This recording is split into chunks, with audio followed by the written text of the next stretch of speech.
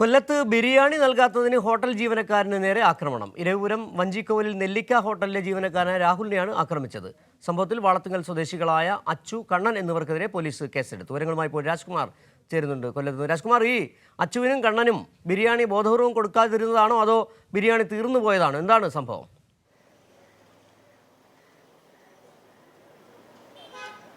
അതായത് തിരിച്ചാണത്. അതായത് പരിക്കേറ്റത് രാഹുലിനാണ്. അച്ചുവും കണ്ണനുമാണ് ഇവിടെ എത്തി ഈ പ്രശ്നം ഉണ്ടാക്കിയത്. അതായത് ഇവർ ഇന്നലെ 4 മണിക്ക് ഈ നെല്ലിക്ക ഹോട്ടലിൽ ഇരവിപുരം വഞ്ചിക്കോവിലിൽ ക്ഷേത്രത്തിൻ്റെ അടുത്താണ് ഈ ഹോട്ടൽ. 4 മാസമേ ആയിട്ടുള്ളൂ. ബിരിയാണി മാത്രമാണ് ഇവിടെ വിൽക്കുന്നത്.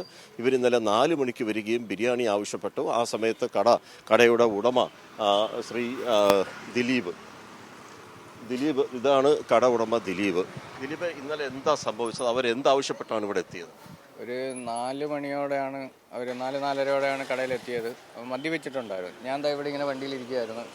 അപ്പോൾ ആദ്യം എന്നോട് വന്ന് ബിരിയാണി ഉണ്ടോ എന്ന് ചോദിച്ചാണ് തുടങ്ങുന്നത്.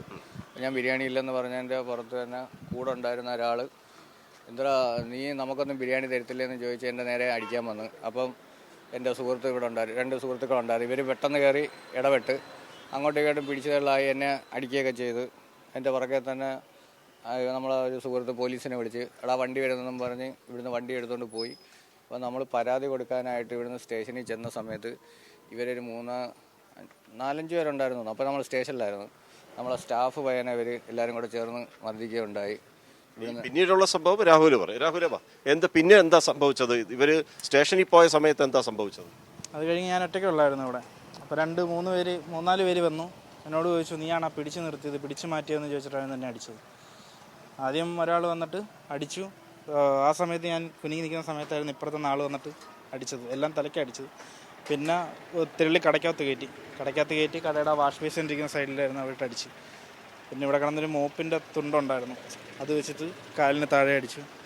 പിന്നെ ഒരു കസാര ഉണ്ടായിരുന്നു, കസാര വെച്ചടിച്ചു. ചവിട്ടി, ക്യാമറ തല്ലിപ്പൊടിച്ചു കസാര വെച്ച്. ക്യാമറയും തകർത്തു. ഇത് ദിലീപ്, ഇപ്പം നിങ്ങൾ 4 മാസമല്ലേ ആയുള്ളൂ ഈ ബിരിയാണി കട തുടങ്ങിയിട്ട്. അപ്പോൾ ഇവർ ഈ ബിരിയാണി ആവശ്യപ്പെട്ടാണ് തന്നെയാണോ ഇവിടെ എത്തിയത്? അതൊക്കെ കാലാകാലങ്ങളായിട്ട് ഇവർക്കുള്ളതാണ്. ഇവിടെ പലയിടങ്ങളിലും ഇവർ വിഷയങ്ങൾ ഉണ്ടാക്കാറുണ്ട്.